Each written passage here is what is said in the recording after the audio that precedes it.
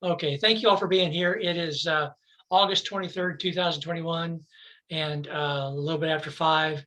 And Dr. Keeney's here, and we're going to talk about certification, the Capstone course, the version 3.0, which is something new in this, which we need to talk about that, but or we'll talk our way through that. It's not monumentally different than what you all have already worked on. So Dr. Keeney, you want to talk first, and then Yes, that'd be good. Then I'll jump off and let you talk more about the course itself. As okay. my objective is to talk more about applying for graduation, Yes. and talking about certification and a little bit about the Capstone project, because it is a little bit different this block. Well, so the sharing, Dr. Keeney, let me. Okay, multiple. I think you should be able to share now. Give it a try. Yep, sure can. Go ahead. All right. So, Dr. Gordon, this document here is when I share every block with the students, and I will send this again to you because I did have to update some information in this, and then we'll put it into the course site, and the getting started module would be good so that they have this information. I think I've got it, but use a refresh of it. Yeah, and also there are some changes now because I'll get to that in a second. They're a little bit different than what we've done in the past. Good evening, everybody. Nice to see everyone. I congratulate you on reaching the end of the program. Hopefully you've been at a good spot right now and feel good about where you are in the program as you get ready to finish this block and then graduate. Some of you may have already applied for graduation, and we'll talk about how to doing that in just a second. But at the same time, know that when you are in the first block and completing your program in October, your actual final grades do not become official on your transcript until the end of the semester. So know that you won't get your actual degree issued to you until we get into December. And your official transcripts will be available to you at that time. You do not do official transcripts halfway through a semester. So just keep that in mind. It really doesn't matter that much for anybody. Sometimes it matters in the summer when students are wanting those transcripts to move up on the pay scale, but that shouldn't be the case for anybody in this class, okay? So when you go into your degree audit, your degree audit, when you have graduated and completed the program, it's going to look just like this I have in front of you. All these check marks will be completed, and all your coursework will be complete as well. Now, do not be concerned if at the top of your degree audit you have some items that are not checked at this point, because you would not have your comprehensive assessment box checked at this point because you're doing that in this class, so it hasn't been completed yet. Your application for the completion of program may not be checked because you haven't actually alerted the grad office that you want to graduate this semester. But once the grad office gets your application, they will check to make sure that you have everything good to go, and they overlook everything and make sure, and they'll let you know if you're short on anything you need. But most of you at this particular point in the program would not be short on anything because you've done everything you need to do up to this point. For example, the research component was done in your data literacy class. That was your data wall that you completed. So you have that complete, and that should be checked off at this particular point. So do not be alarmed if you have some boxes that are not checked off. When you graduate, they all will get there. All right. So any questions on the degree audit before we move on? Okay, very good. So the first thing you're going to do, and before I go through these steps, we do this every block with the students, and to put it nicely, and I'm going to try to be nice as I can, many students do not follow these steps that I outline. And when they do that, it makes a lot more work on, unfortunately, myself. I have to go back and communicate with students and say, you're not following the steps in the order that I put them out there for you to follow. When you do it, when you do these steps and you do them in this order, you will have a very smooth transition from graduation to certification. So Keep that in mind. So what I'm asking you is to follow these instructions step by step and very specifically so that you will have a smooth process as you go on to graduate and become certified. Know that the certification process is outside of your graduation process. You can graduate from the program and not become certified. Just the content assessment and the performance assessment we're going to talk about in a little bit, they are not part of the program. They're requirements for certification in the state of Missouri. So you can finish the degree, get the degree awarded to you, and then going for certification is outside of the degree. All right, so keep that in mind that these items after applying for graduation are items that you'll do for certification. All right, so the first thing you'll do is you'll click on this link when you have this information in your course site that takes you out to where you can apply for graduation. It shows you the steps there, and then it takes you to a link that will let you be able to apply for graduation. It's information on how to do it. You actually have to go into CatPause and apply for graduation. I can't show you what that looks like because we are not students, so we can't show you what a student window looks like, but it's a very simple process to go through. And it's what you want to do right now at the first part of this class is to apply for graduation and get that information through the site. All right, so that's the first thing you want to do. The second thing you want to do is you want to complete your program. All right, that's what you're doing right now. You're in the last course of your program, and you will do the comprehensive assessment in this class, and you will be granted your degree. So that's the second step, is to finish this course.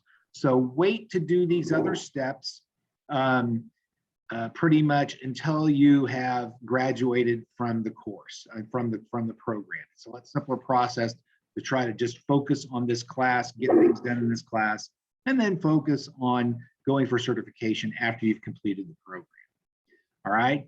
One thing that I would make very clear to you, if you're going for certification in the state of Missouri, you have to have a valid teaching certificate in the state of Missouri. So if you're from another state and you're wanting certification in the state of Missouri, you have to transfer your certification to the Missouri before you'll be issued an administrative certificate in the state of Missouri. That's a very simple process. You just contact the Missouri State Department of Education, show them that you have a valid teaching certificate in another state, and they transfer that teaching certificate to the state of Missouri. You also have to have at least 3 years of teaching experience before you can apply for certification. Those 3 years do not have to be in the state of Missouri, but they have to have 3 years of teaching experience. All right. So those are qualifications that you need to have when you complete the program in order to go ahead for certification. Many students in our program have not reached 3 years of service. They went ahead and got their master's right away, and they have not completed 3 years. They cannot apply for certification. If they do apply for certification without 3 years, the certification application would just be rejected and say you can't do this until you have 3 years of teaching experience. But at the same time, you can do all the other things you need to do. If you don't have 3 years, you can do those right away and then just wait until you have complete the 3 years and apply for certification at that point. Anybody here under 3 years of teaching experience? Okay. Any questions about having a valid teaching certificate in the state of Missouri? All right. You guys are good. No questions so far. That's good. All right. So the next step after you apply for graduation and you finish the program is you want to sign up for the content assessment from Pearson. That is now test 080. As of today, August 23rd, test 072, the old test does not exist anymore. So you all will click on this link and it will take you to applying for the content assessment from Pearson. It is a requirement for certification that you pass this test. You must pass this test before you send me a copy of your performance assessment. We'll get in more into that in just a second. But I suggest you go to this link at the end of the course and you sign up to take the assessment, the content assessment. Make sure you purchase the practice materials that are available to you. They're $29 for the practice materials. They're very well, that's money well spent to help you prepare for the test. This test is now 100 multiple choice questions. And I will tell you that Pearson, when you take the test, all four of the choices in your multiple choice questions, all answers look good. You have to really be prepared when you take the test to be prepared for the type of questions they ask, and you will be prepared for that by purchasing the practice material. All right, any questions about the content assessment? Costs about, I can't remember what the cost of it is. Is that with Nebraska too? No, if you're in Nebraska, you do not need to take the content assessment unless you're going to get certified in Missouri and then transfer it to Nebraska. If you're going to get an initial certification in Nebraska, they have their own praxis test that takes place. That's it. Okay. Okay, but I always put a caveat out there, a disclaimer out there. We're not responsible for any certification in other states. Our program is a certification program in the state of Missouri.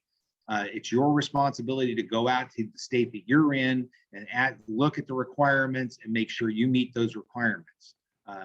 But we can guarantee you through our processes to get you certified in the state of Missouri. Okay, but that's a great question about Nebraska. Any other questions on the content assessment? Okay, so once you've passed the content assessment, and you have passed the content assessment, not before, but after, then you will contact me and you will send me a copy of a PDF version of the performance assessment that you're completing in this course. The performance assessment from MPEA is serves two purposes. Number one is a comprehensive assessment for your program, and the performance assessment also acts as a performance assessment for certification. So you need, in order to get certified, you need to have a second read of your performance assessment. Dr. Gordon will do the first read for you. All right, that's the first read. He does that in this class. Okay, so you'll get a first read there. Then once you pass the content assessment, you save that in a PDF and you will send it to me with the confirmation of your content assessment scores. Because if you just send me your PDF, I'm going to come back and say, did you pass the content assessment yet? So make sure that you send me some confirmation that you did pass the content assessment when you send me a PDF of your performance assessment. Please send it to me at that email address that's right there. Please make sure you save this information. When you finish the course, you want to make sure you save that PDF of your performance assessment in a safe place. Make sure that all your steps, all 4 steps, are in one file. Don't send 5 files of your performance assessment. Make sure it's all in one PDF format for me. Okay, so you'll send me your PDF once you pass the content assessment, and then you'll send $25 to the MPEA organization for the use of the content assessment. You only need to pay the money if you're going for certification and getting a second read. The first read is free to you. You don't have to pay for it, but you do have to pay if you're going to get a second read and go for certification. The link to that is right here at mpea.org.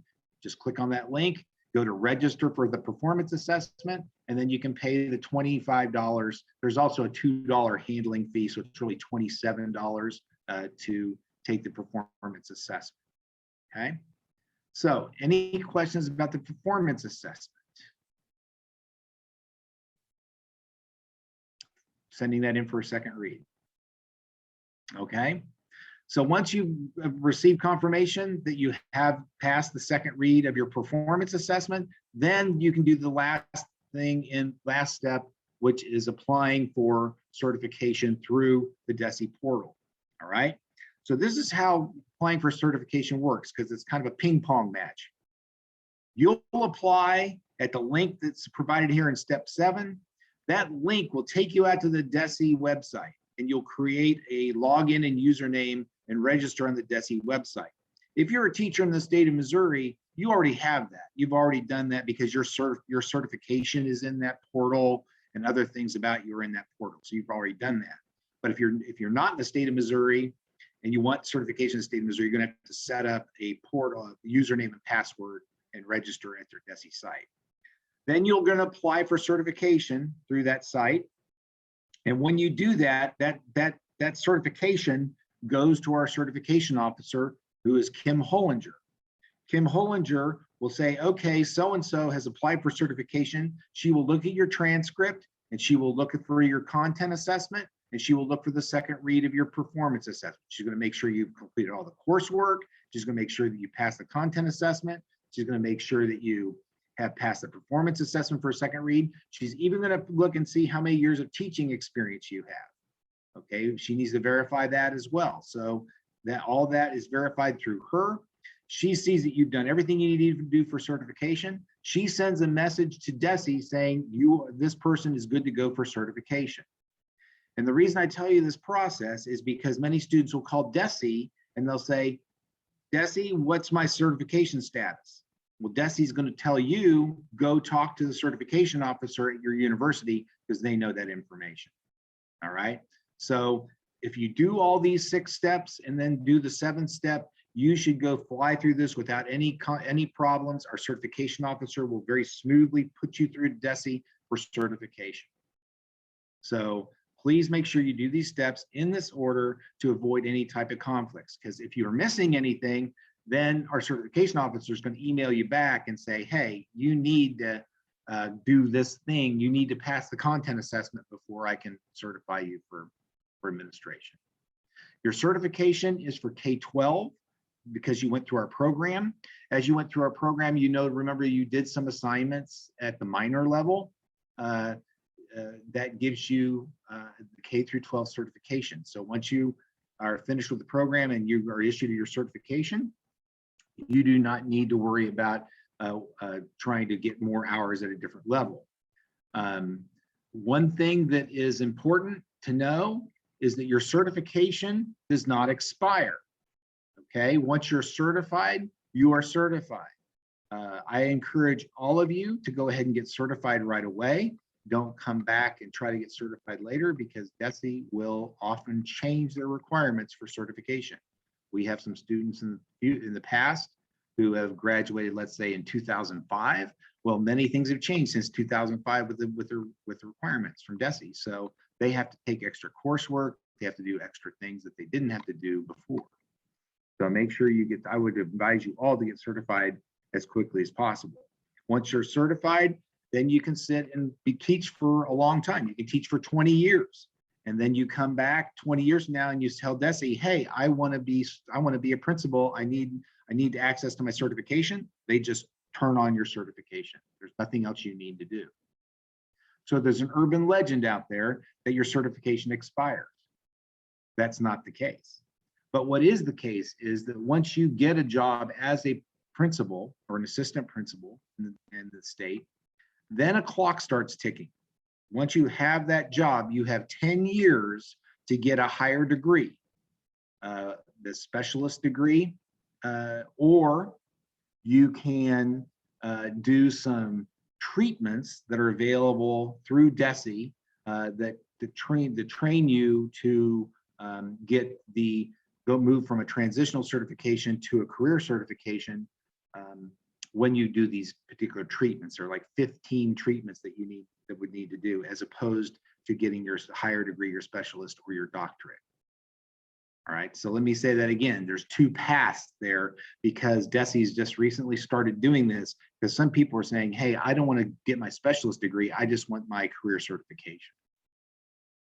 Okay, that's a lot of information I've talked about. Does anybody have any questions for me?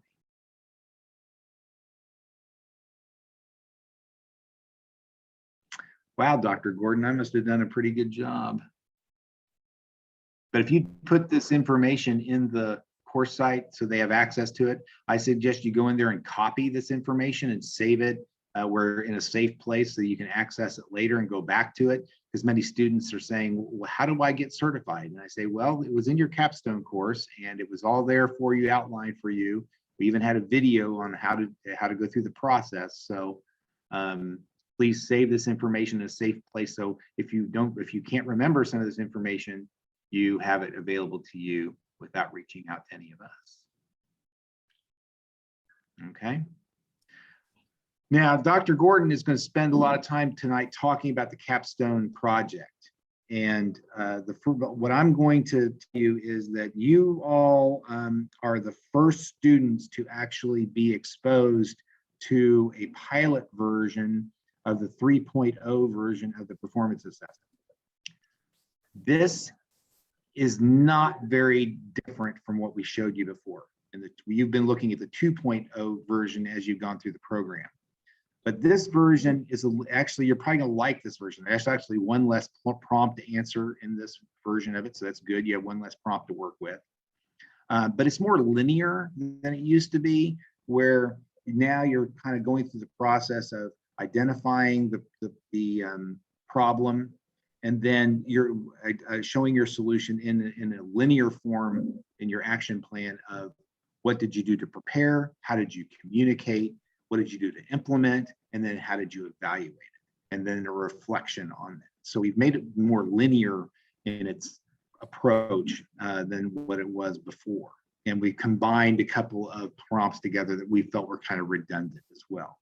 But if you look at it, you probably wouldn't even, off the top of your head, if you've been looking at 2.0 and now you look at 3.0, you probably wouldn't even notice much of a difference between the two. And what we're doing is, I want to let you know that we're using these results to help train scoring in October at our fall conference for MPEA to train scorers that do the second reads for us. So we're going to train people to use the 3.0 version by using your responses that you generate in this class. So I want you to be aware that on your course, what we show will be anonymous. No, people won't know who we're looking at, but we're going to use your responses to help train other scorers.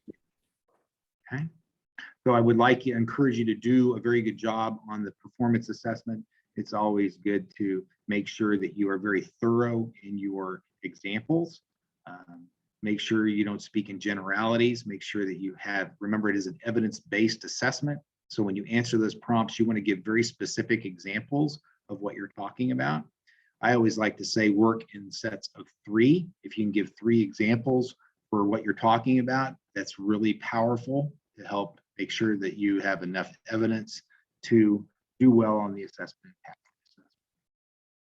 But I want it to be very clear that this is, a pilot of our 3.0. People actually after you will go back to the 2.0 until we actually use the 3.0 officially, probably in the start of the summer, or maybe even later than that next year. So, but I appreciate your efforts and just want you to be aware of that. Okay. So any questions or concerns? Anybody from out of state that has any questions about out of state certification? I just wanted to double. So I send my praxis scores back over to you guys, just like as if I was doing the Pearson. Okay. Are you getting certified in Missouri and then transferring it to Nebraska? Oh, I guess that, yeah, I'm trying to get certified in Nebraska, so I'm just trying to make sure. Here's what's going to happen. From what I understand now, John, if I give you some bad information here, don't kill me, okay?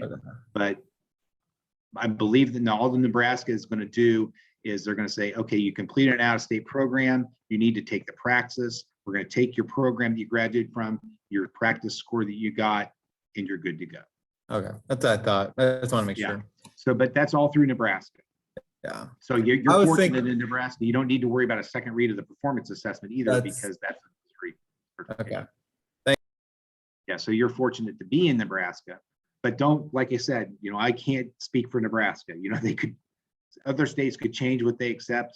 I know that Nebraska is their initial, if you go through another program, if you go through a program in Nebraska, it's a 36-hour program. Yeah. They require. But since you take our 30-hour program, they'll still accept that without you getting 6 extra hours. So it's really kind of very fortunate for you that you're in Nebraska. But that's what I understand from previous students. Okay, thank you. Any other out-of-state questions? Okay, if you have some students that aren't at this and there's Iowa certification is a little more tricky, we'd be happy to answer your question about Iowa certification. Just contact me and I will speak to you on the phone about how to get certified in Iowa. Iowa has a little bit more challenges to it than other states. All right. So how did you do, Dr. Gordon? Okay, thank you, Dr. Keeney. And so if it's all right with you all, I will drive on talking about the course and how it flows and the 3.0 assessment. And I will share screen in a second, show the Canvas site. When we get done, I will place the link to the recording back in the course site. Dr. Keeney will give me a fresh 6-step PDF or link, and I'll update that at the bottom of the course. So I will share screen with Okay. the course Well, site. Dr. Gordon, I'm going to step out at this point. Okay, thank you, David. Okay, thank you. Okay, good night. Night. Kyle, can you see my practicum K-12 capstone? Jacqueline, you can? Okay, very good, very good. So how this is organized is like all the other courses, of course. And so, and again, like Dr. Keeney said, he asked me to help you run a pilot or be the first people to run through version 3.0, and said, sure. So this course has at least 2 big concepts in it. One, wrapping up your learning, your experiences as a prospective school leader. And then 2, the capstone performance from the Missouri Professors of Educational Administration. That's where the MPEA comes from. And basically DESE has allowed us MPEA members as an organization to create, facilitate, lead, update the performance assessment for your certification. And it costs a lot less for you all to do that than when I was in your shoes 20 years ago. And so that's where that comes from. And so the 2 big concepts, and I encourage people to approach each module from the module standpoint instead of coming in from the assignment side. Sometimes you miss information if you just come in from the assignment and don't look at the whole module. Essentially, each week you'll have tasks to do, and then parts of the capstone to upload. The tasks I'll ask you to do are not that difficult. They are summative, they are conversational, they are about reflective, those kinds of things. And they're not very hard at all. Do them, of course. The steps of the capstone, I'll show you. I want to give the overall picture. Last week, and I think I've got it right, but I had to go in and rework the rubrics for each step of the capstone in the course to make sure that that reflected the slight changes from 2.0 to 3.0. It involved a lot of cutting and pasting, and I don't think I missed anything, but if I did, you all will let me know. And so essentially how it will work is that, yes, you'll be getting assignments and points and activities, threads, that kind of stuff for leadership concepts, but also like step 1. And there will be a rubric that just provides points and feedback for step 1. Purposefully, I'll go to modules and show so you can see from my point of view that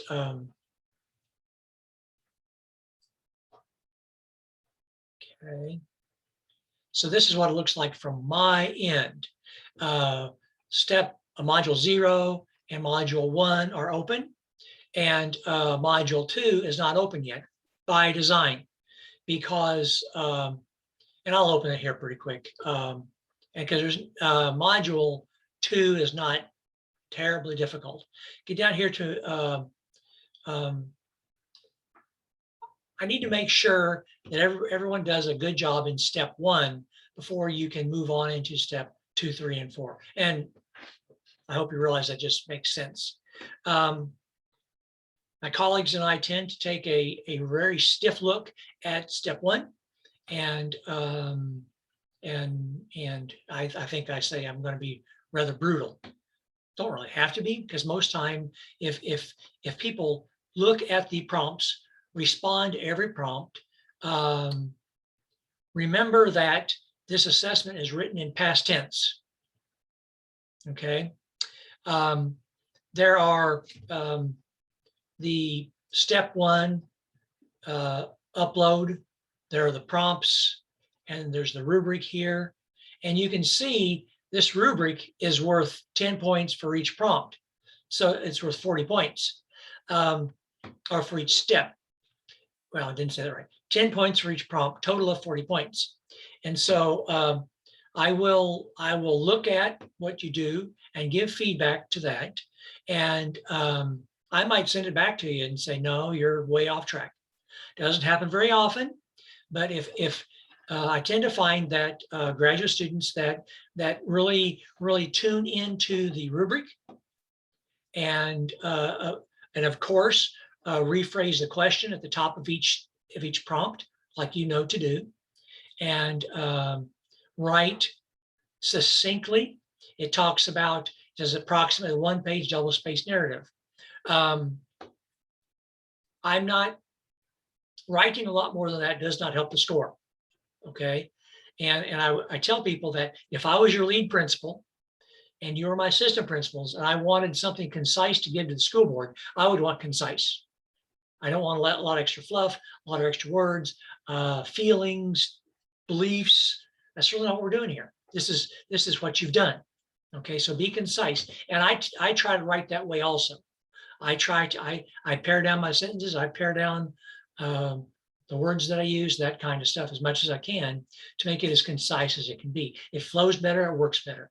So there are places in here where it asks you for a link to whatever. Well, you might put a summary of the link, but don't cut and paste 8 pages from a school law text or something like that. That is not necessary, and it's actually a distraction.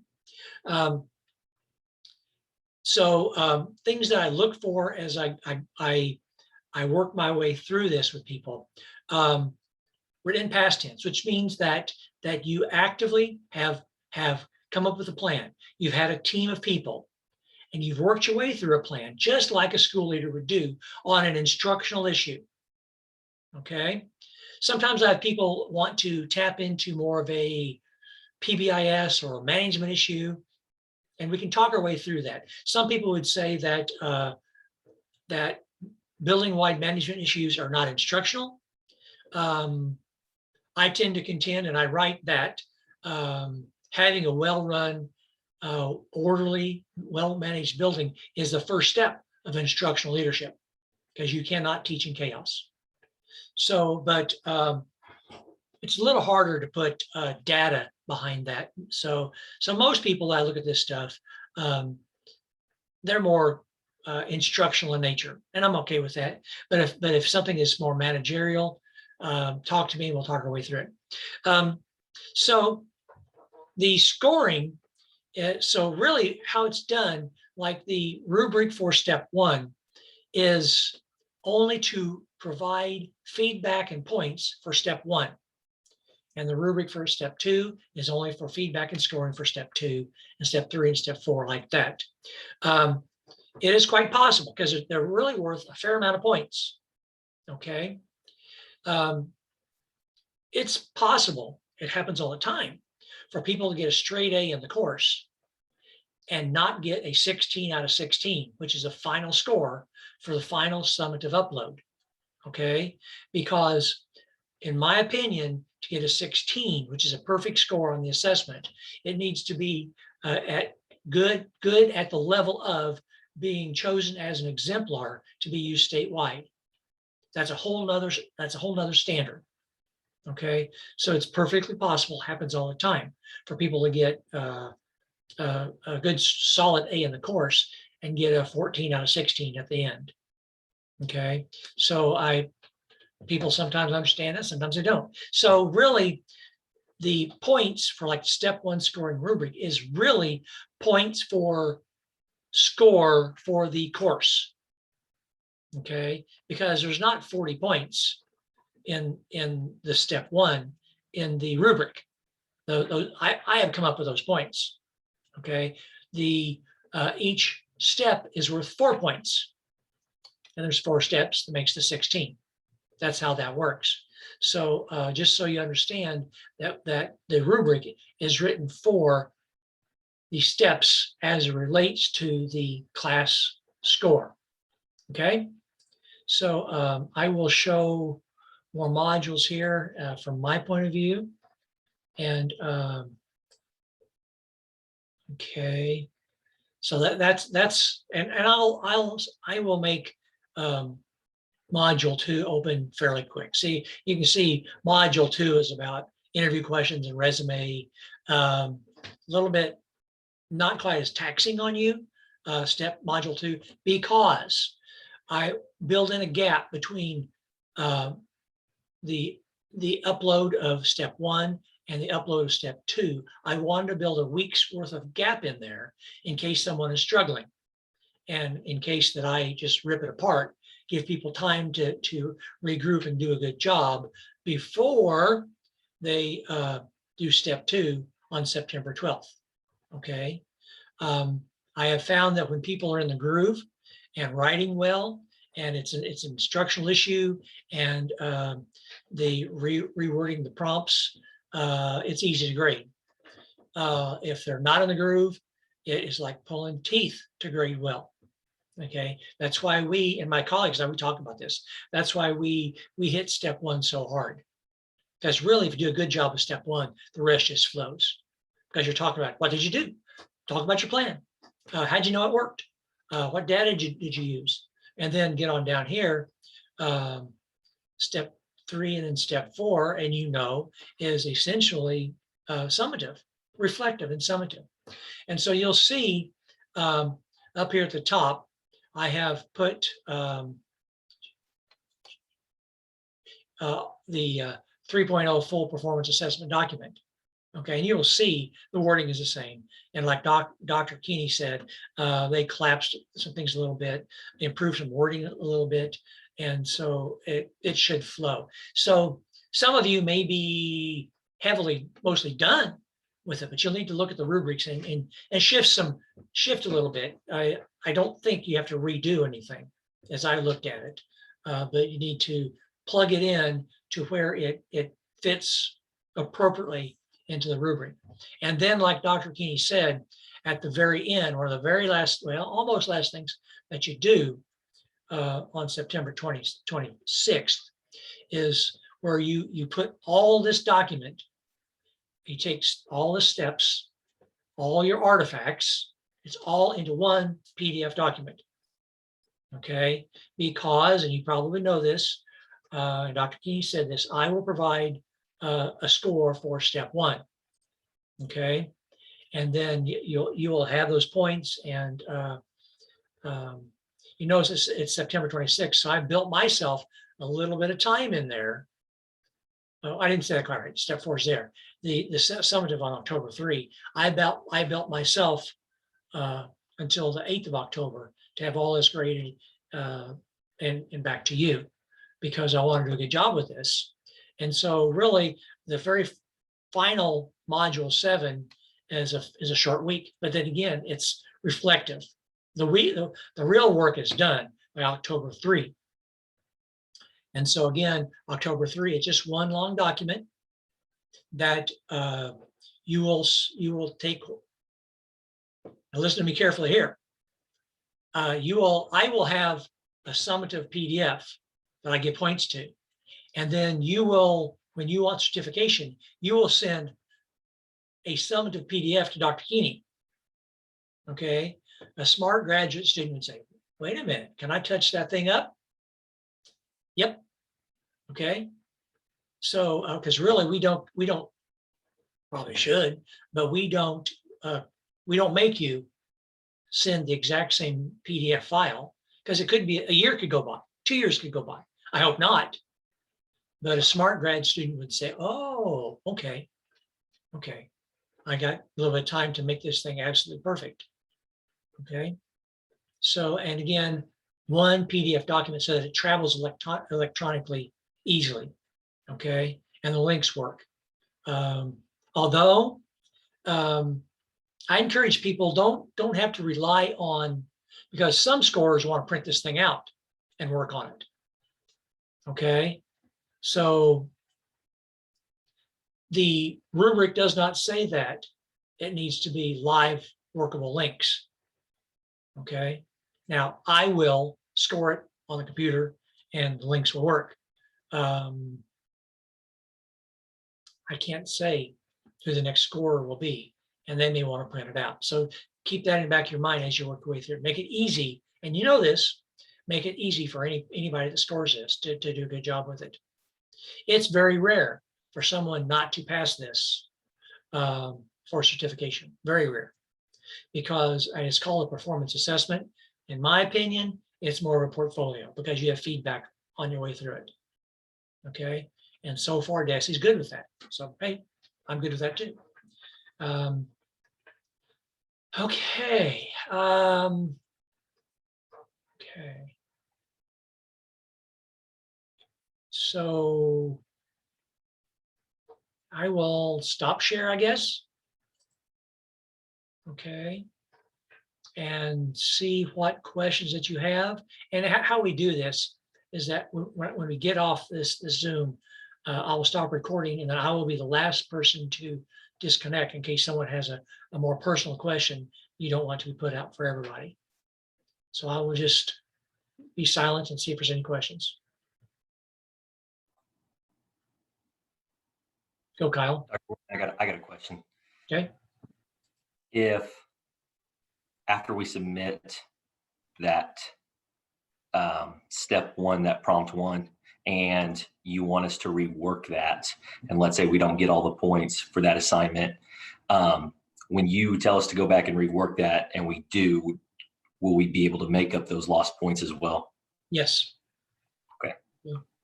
So you see why this is more of a portfolio as opposed to a true performance assessment. Okay. I hope you all realize back in the day when I went through all this, I had a content test, then I had a 2-day, listen to this, I had a 2-day assessment center to go through in Jeff City, and how all these fake scenarios and all these leaderless groups, and I was the first guinea pig, first group to go through this first, and I knew nothing about it, and my professors knew nothing about it, and it was like, phew, and it cost me $500, and I'd already signed a contract. I was also scheduled to get married that summer, and like, no stress, and it did not go well. I mean, I passed it, but it's like, good grief, come on. So anyway, so really, you youngsters have it good. Put it that way. How's that? So, okay. Any other questions?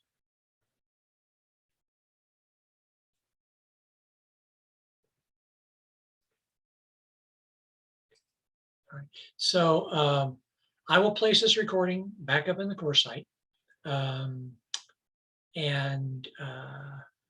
I will stop recording now. Thank you for being the guinea pigs. I'll stop.